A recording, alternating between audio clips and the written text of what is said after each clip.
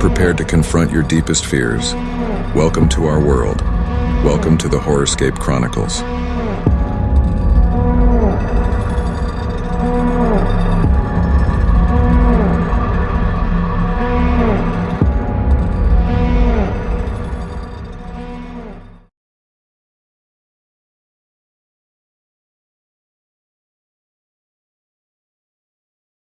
पाकिस्तान के पंजाब प्रांत में एक सुनसान गांव था, शामनगर।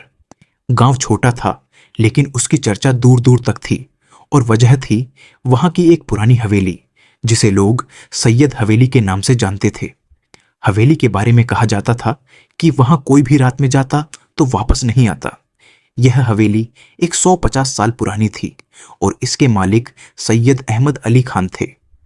हवेली कभी एक खूबसूरत महल हुआ करती थी, लेकिन अब खंडहर में तब्दील हो चुकी थी।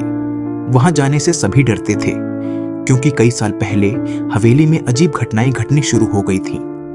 रात के समय वहां से चीखने चिल्लाने की आवाजें आती, हवेली के अंदर जलती बुझती रोशनी दिखती और कभी कभी एक सफेद साया हवेली की छत पर घूमता नजर आता। गांव के बुजुर्गों का कहना था कि सैयद अहमद अली खान की बेटी जैनब की आत्मा उस हवेली में भटक रही थी। जैनब बहुत सुंदर और नेक दिल लड़की थी, लेकिन गांव के कुछ लोगों का कहना था कि उसके पिता ने उसकी जबरन शादी एक क्रूर जमींदार से करवा दी थी। जैनब ने उस अन्याय के खिलाफ आवाज उठाई थी और इसी कारण उसे हवेली में मार दिया गया था। गांव के कुछ नौजवानों को इन कहानियों पर यकीन नहीं था। उन्हीं में से एक था अली, जो एक निडर लड़का था।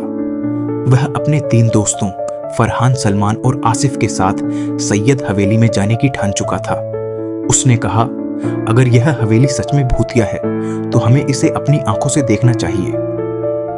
रात के 12 बजे वे चारों लड़के टॉर्च और कुछ हथियार लेकर हवेली की ओर बढ़े। हवेली के पास पहुंचते ही उन्हें अजीब सा एहसास हुआ।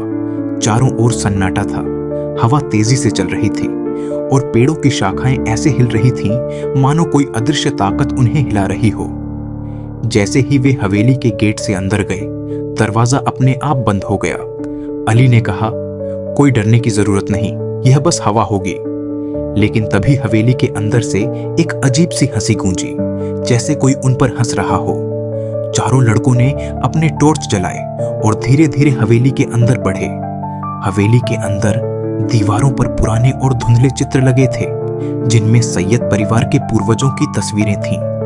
अचानक फरहान चिल्लाया, देखो, वह क्या था? तीनों ने देखा कि एक सफेद साया सीढ़ियों के ऊपर से नीचे उतर रहा था। वे सभी कांप गए, लेकिन अली ने हिम्मत नहीं हारी।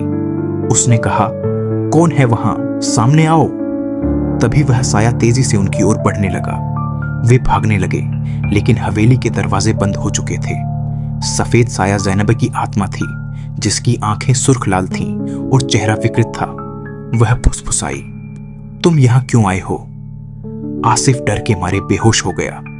सलमान ने कुरान की आयतें पढ़नी शुरू की। जैसे ही आयतें हवेली में गूंजी, जैनब की आत्मा चिल्लाने लगी और हवेली की दीवारों पर दरारें पड़ने लगी। हवेली कांपने लगी, मानो कोई भूकंप आ गया हो। तभी हवेली की एक पुरानी अलमारी अपने आप खुल गई और उसमें एक सड़ा गला कंकाल पड़ा था। यह कंकाल जैनब का था। हवेली में अब तक जैनब की आत्मा इसलिए भटक रही थी क्योंकि उसकी आत्मा को शांति नहीं मिली थी। अली ने गांव के बुजुर्गों को बुलाया, जिन्होंने मिलकर जैनब का उचित अंतिम संस्कार किया। जैसे ही संस्कार पूरा हुआ, हवेली की दीवारों पर जमी धूल उड़ने लगी। हवेली की खिड़कियां अपने आप खुल गईं और एक हल्की सी रोशनी आसमान की ओर बढ़ गई। जैनब की आत्मा को अब मुक्ति मिल चुकी थी। इसके बाद सैयद हवेली का खौफ धीरे धीरे कम होने लगा। गांव वालों ने हवेली को गिराकर वहां एक मस्जिद बनवा दी।